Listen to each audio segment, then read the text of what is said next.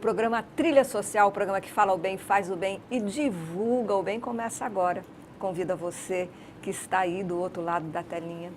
Você já fez alguma coisa boa para alguém hoje? Se não fez, está na hora de começar. Sabe por quê? Porque fazer bem ao próximo, quem mais ganha é você. Até os neurocientistas dizem que quem faz o bem tem um maior proveito no seu corpo. Sabe por quê? Quando você faz o bem, o seu corpo se enche de endorfinas, ou seja, energias que são do nosso próprio corpo para o bem-estar. Então, isso faz com que você se sinta melhor. Fazer o bem sempre vai lhe trazer até um bem para a sua saúde. Por isso mesmo que você deve praticar a cidadania.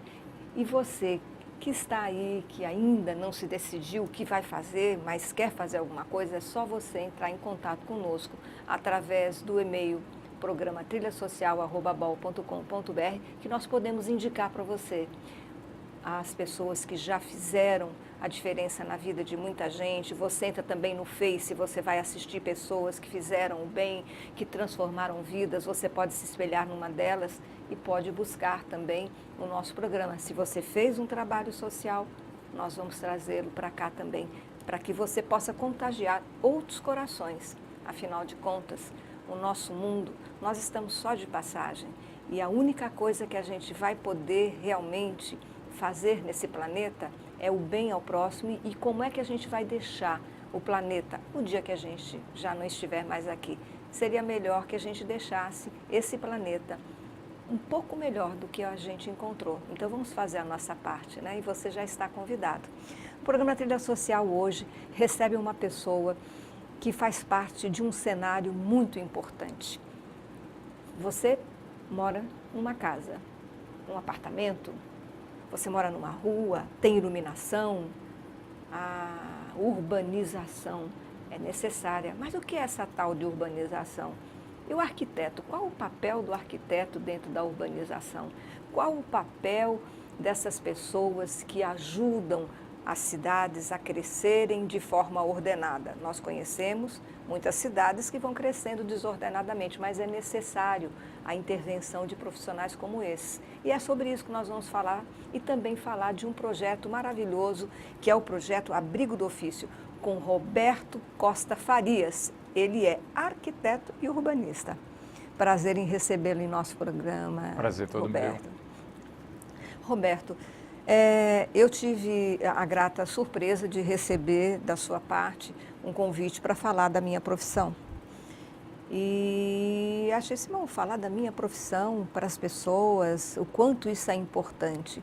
E aí você me falou desse projeto Abrigo do Ofício. Explica um pouco para o nosso telespectador o que é esse projeto, qual a intenção dele. Você dimensionou na sua mente como atingir as pessoas para que elas compreendessem a importância de todas as profissões. O projeto Abrigo do Ofício, ele nasceu preliminarmente de uma intenção de juntar a profissão arquiteto e urbanista, que fica tão separada. Como o urbanista depende muito da gestão pública, então muitas vezes o que a gente intenciona como um sonho não acontece. O dia 8 de novembro é o dia do urbanismo e o dia 15 de dezembro é o dia do arquiteto. Então, a minha primeira intenção foi levar para a Casa da Arte, na Gaça Torta, no ano de 2016, esse projeto Abrigo do Ofício, onde, como arquiteto, eu tenho tangenciado campos da pintura, da escultura, da fotografia, do design imobiliário, dos projetos arquitetônicos e projetos urbanísticos. Eu enxergo uma cidade já pronta e que com algumas melhorias e ocupação, principalmente o uso, vai fazer com que essa manutenção seja mais ampla. A gente tem, por comportamento, dissociado da cidade. O nosso foco tem sido o trabalho, a diversão, e a gente não fica pensando que a cidade está crescendo de modo desordenado, com ocupações muitas vezes que forçam situações que criam cisões, exclusões, determinadas situações de não convivência. Existe algum órgão aqui em Maceió que determina essa junção ou que fiscaliza a questão do arquiteto junto com a questão da urbanização?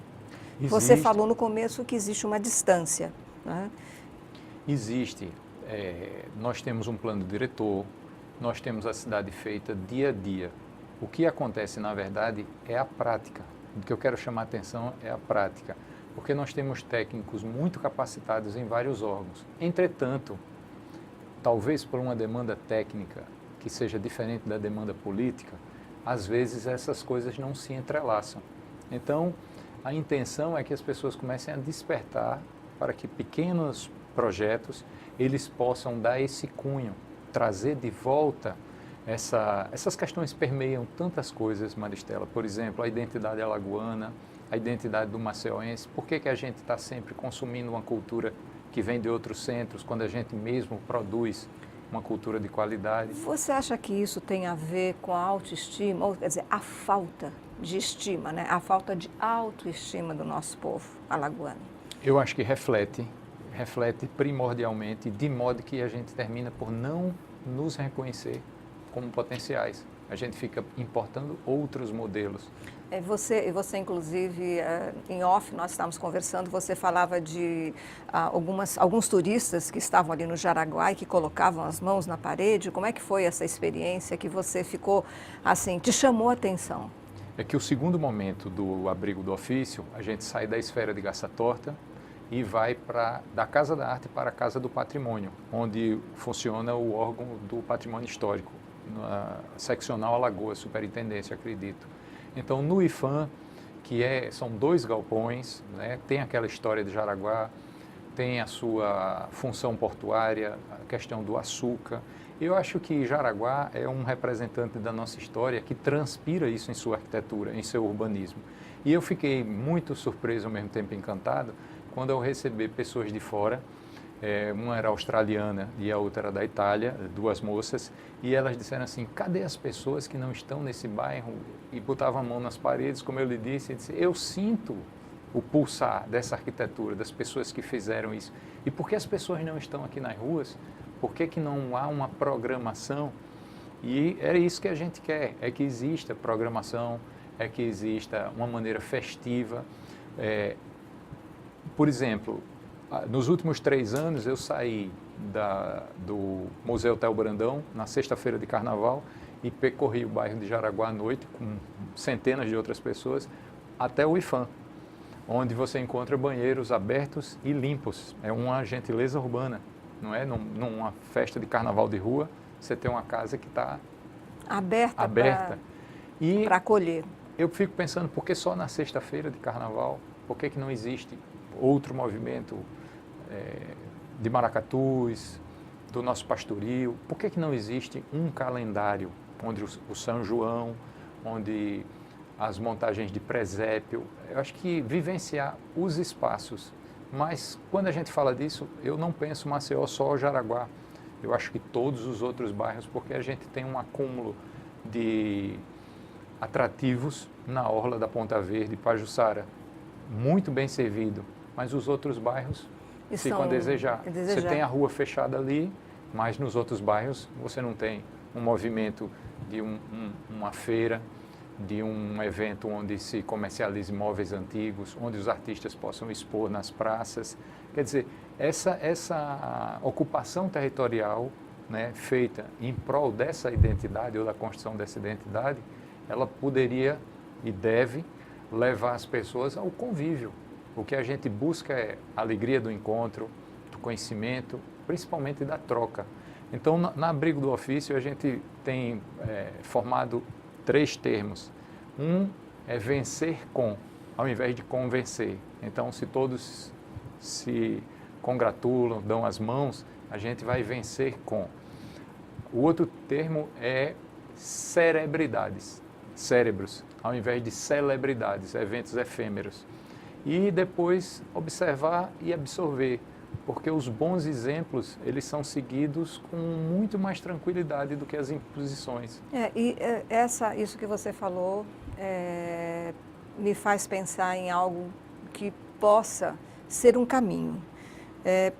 Esse projeto, Abrigo do Ofício, eu acredito que para que a gente possa resgatar a nossa história ou ser contada novamente ou ser contada pela primeira vez dentro das escolas.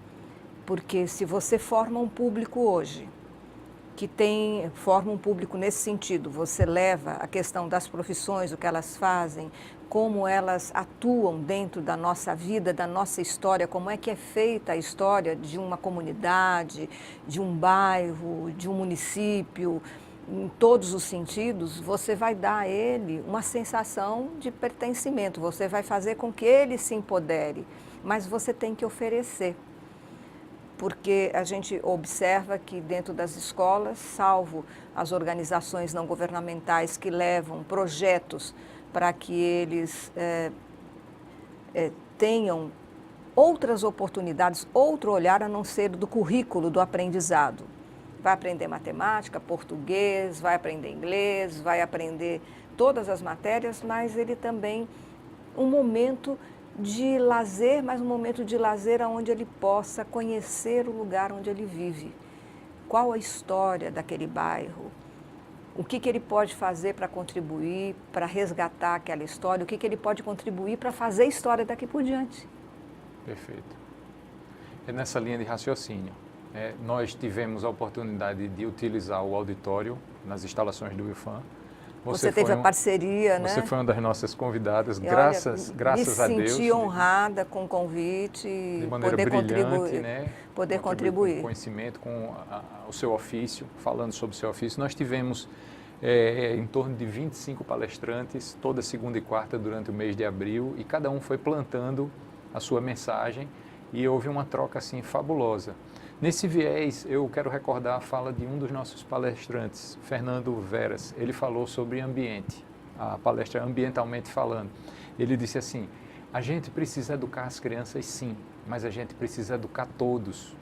Porque, veja só, se eu tenho 55 anos, o exemplo dele, eu não vou ser mais educado, mas eu ainda vou viver mais 20 anos. Então, eu posso, até os meus 75, durante esses 20 anos, descumprir, mas as crianças não, elas estão aprendendo para contribuir. Então, esse viés do pertencimento, né, essa força, essa segurança que a gente tem que ter, não é?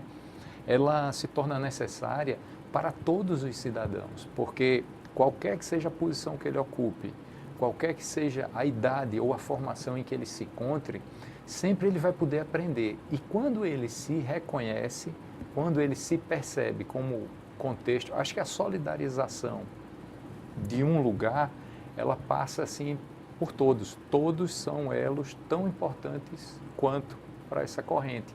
Então, fazer na escola eu acho uma necessidade vital, mas a gente tem que fazer também na faculdade. Com certeza. Tem que fazer nos ambientes de trabalho, nas casas. Isso, se você começa, porque a escola, como é um ambiente de aprendizado, você vai trabalhar o professor, você vai trabalhar o aluno, e aquele aluno, ele já vai levar para sua casa, aí você vai para a universidade, você já vai trabalhar aquele que não foi trabalhado anteriormente, que não tinha essa visão. E é claro, é um trabalho, dá muito trabalho. Né? Sim, é um trabalho que dá muito trabalho. Mas também dá muita energia, né? E o resultado é maravilhoso. A gente vai vendo os resultados. O resultado é maravilhoso. O programa Trilha Social vai para um pequeno intervalo e nós voltamos já já. Eu estou esperando você aqui.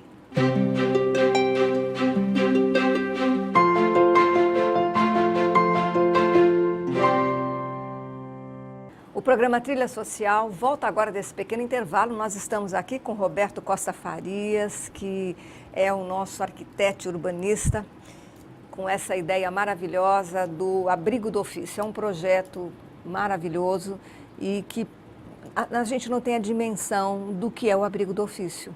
As pessoas, acho que você que está aí em casa ouvindo pela primeira vez esse nome, você não imagina o quanto é importante o seu filho, o seu estudante que ainda vai começar a pensar na profissão lá na frente, se ele participa de um projeto como esse, ele vai ouvir várias pessoas falando de profissão, ele pode escolher uma das profissões que forem colocadas ali. Porque eu converso muito com jovens e eu percebo a dificuldade deles até de escolher uma profissão, porque eles não sabem. Eu vou fazer o quê? Um arquiteto vai construir, mas Qual é a vivência diária? Qual a penetração de um arquiteto dentro da história daquele local? O que ele pode fazer para fazer tudo ecologicamente correto? Hoje fala-se muito de sustentabilidade, não é? Sustentabilidade. Eu acredito no seguinte, tem um programa dos professores de física da Universidade Federal de Alagoas que, em determinada época, eles levam telescópios numa Kombi para bairros distantes. O que é que acontece com uma criança de 8 anos ou com um senhor de 80 anos que coloca o olho pela primeira vez e vê além terra, o cosmos? Deve ser uma surpresa, um impacto muito grande. A criança de 8 anos, ela pode pensar, é isso que eu quero fazer. É verdade. Então, o abrigo do ofício, ele visa mostrar que um só realiza muito pouco e que muitos podem realizar mais Muito em mais. prol. Então, por trás do arquiteto existe um exército, desde as pessoas que desenham no escritório até aqueles que fabricam. Então, pessoal do gesso, os pedreiros, serralheiros, marceneiros, vidraceiros, quer dizer, é toda uma grande família que vai trabalhar para que aquele objeto ele possa ter o melhor resultado e durabilidade no tempo. E possa existir. E deva existir.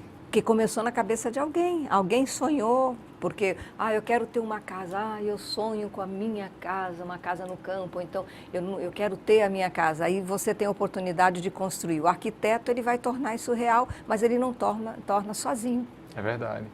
E atendendo essas demandas, porque um projeto é primeiro um sonho, o arquiteto faz o projeto, que nada mais é do que um veículo que vai levar aquele sonho até a obra, que é o resultado final, e existe o componente tempo em tudo isso. Então é muito importante que haja as conversas para que o sonho se transforme em realidade, porque é muito comum as pessoas terem um impacto com relação à realidade financeira. Vai ser muito caro. Talvez, se você quiser fazer num curto espaço de tempo, isso torne-se realmente imperioso, que tenha um aporte financeiro de recursos maiores. Mas se você pode levar um tempo e fazendo a coisa com uma certa sazonalidade, você chega no seu sonho dentro de um delta tempo e vai colher o melhor resultado. Então, o arquiteto, ele existe justamente para resolver essas equações, para pensar não só do ponto de vista do cliente, mas do ponto de vista da obra, dos materiais, de que maneira aquele objeto construído arquitetônico vai se colocar diante da cidade, porque às vezes a gente tem ocupações muito grandes e que a parte de insolação e de ventilação prejudica quem está do lado. Então, se houver uma sinergia maior, se houver uma atenção para o todo, para a coletividade, eu acredito que a gente passa a ter resultados mais amplos e duradouros. A gente estava conversando em off da permanência, né, da intenção que as coisas tenham a sua durabilidade. Né? E o mais importante é que você adequa a questão do local que você vive, que é o clima que nós temos, por exemplo, é um clima quente. Então, se você vai construir, você tem que saber se vai construir com a janela, com a porta para o sul, para o norte, o quarto, onde é que ele deve ser. Tudo isso demanda um conhecimento. Isso é fundamental na construção, porque você vai promover a vida, não adianta falar só da construção. Se você condiciona bem, eu acredito que você está trabalhando com prevenção de males. Se você não condiciona, você pode resultar em patologias. Pessoas podem ficar com viés alérgico, outras pessoas podem não ter o sono repousante que merecem para poder enfrentar as obrigações do cotidiano. Então, acho que a casa, o ambiente do trabalho, o somatório disso tudo, quando a gente leva para a unidade de bairro, quando a gente leva para a cidade, tudo isso tem que ser muito bem pensado e coordenado de modo que os resultados eles sejam duradouros.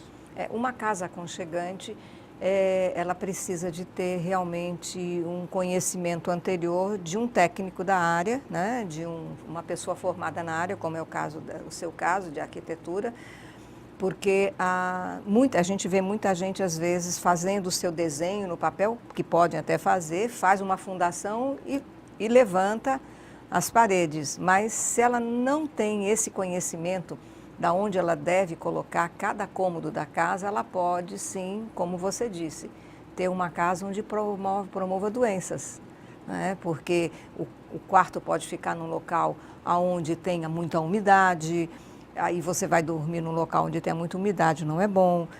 Uma cozinha num local quente demais, a cozinha por si só já é quente, sim, ela vai ficar mais quente ainda se você colocar ela direto para o sol. Então tem todo um conhecimento básico para que o estudo, né? Não é simplesmente, não é apenas levantar. Fazer uma casa não é só levantar uma parede. Sim, e também as correções, elas se tornam mais caras, porque se você não teve o enxergar antes, e o projeto permite isso, é você analisar todas as equações, porque se a gente pegar alguns pensadores, eles dizem assim, não se projeta para, se projeta contra. Então, o que é que você vai combater? É a intempérie? É a corrosão da maresia, é o calor demais, né? Você tem que fazer aqui no Nordeste uma área extremamente sombreada. Existe o advento do ar-condicionado, mas você não pode estar com ele o tempo inteiro. É muito importante que todas as equações sejam pensadas para que no projeto elas sejam atendidas, sejam criadas defesas, para que você não tenha um produto com uma conotação inferior, onde você precise de correções, de reformas. Eu estou aqui há 5 anos na casa, mas se eu fosse fazer outra vez, faria de outra forma. É comum pés direitos baixos, né? Pé direito é a altura do piso ao teto, e os antigos eles faziam pé direito mais alto, porque eles sabem que o ar quente sobe, então existe uma zona de conforto, onde você fica com o ar sendo mais fresco por conta da renovação, e em outras situações é o contrário, né? Seria ideal que quando chovesse não se fechasse a janela. Para isso você precisa ter um beiral mais longo, para que o ar possa circular, umectado pela chuva, ele possa circular, sem, né? Contudo, a chuva chegar. Sem, contudo, ser molhado. E assim, é muito importante pensar também que o ar só circula se ele tiver entrada e saída. Então é comum fazer uma janela, mas fechar a porta, então o ambiente fica preenchido e o ar fica retido, né? Essas situações, como você citou, da umidade, ela é muito comum, o pé da parede fica pocando e a pessoa dorme muito próximo e depois está com um problema respiratório, está com bronquite. São situações que, se a gente puder, o arquiteto tem como missão fazer isso. Prevenir vai ser muito melhor do que remediar. Você já está falando sobre a sua profissão, e o programa Trilha Social se compromete com o abrigo do ofício em trazer as pessoas que no seu ofício falaram durante esse período, para que vocês também possam conhecer o que é cada ofício e o que ele oferece para a nossa sociedade. E também para inspirar você, né? Se você ainda não tem uma profissão, para você se inspirar numa dessas pessoas que virão aqui no nosso programa para falar desse trabalho. E também esclarecer, está sendo muito esclarecedor tudo o que você está dizendo, que serve para a gente. Eu tenho certeza que muita gente que está te ouvindo agora já está pensando, puxa, aquela casinha que eu fiz, olha, eu fiz a reforma, tive que refazer. E normalmente, quando a pessoa faz algo pensando só naquele espaço, ela não pensa na questão do tempo, qual o problema que pode causar, e depois o problema vem, a pessoa gasta muito mais. Você gasta muito mais para refazer do que para fazer, não é verdade? É verdade. É verdade, porque você vai ter que desmanchar e fazer outra vez. Mesmo que sejam reparos pontuais, esse gasto vai ser maior. Em relação ao abrigo do ofício, eu acho que a gente também está abrindo para as pessoas que estão pensando de que elas vão sobreviver, não é? Exato. Então, o jovem, principalmente, que está decidindo para o vestibular, ele também precisa perceber que não só o que existe de curso nas universidades, existem outros ofícios. E a pessoa, inclusive, pode ser autodidata, procurar o conhecimento, se adequar, não é? Entrar nessa cadeia produtiva, porque eu acho que é muito importante a gente pensar nessa formação de pessoas empreendedoras, de pessoas que levem à frente o seu modo de viver, e disso advenha o seu pão, a sua sobrevivência, para que a gente não tenha um universo muito restrito e estagnado. É importante ter um alcance Nós temos talentos de uma amplitude tão grande dentro do estado de Alagoas, dentro da capital Maceió, a orla salgada, que é do Oceano Atlântico, a orla de São Francisco e a orla doce, essa cultura da lagoa, que são lagunas, né, tão própria desse lugar, o coco. O coco ele ainda é muito pouco usado na construção civil, ele podia ser usado numa escala muito mais larga. Nós temos também o sururu, a casca do sururu, ela pode ser vinculada a material de construção. A gente tem uma produção muito grande, muitas vezes isso é perdido.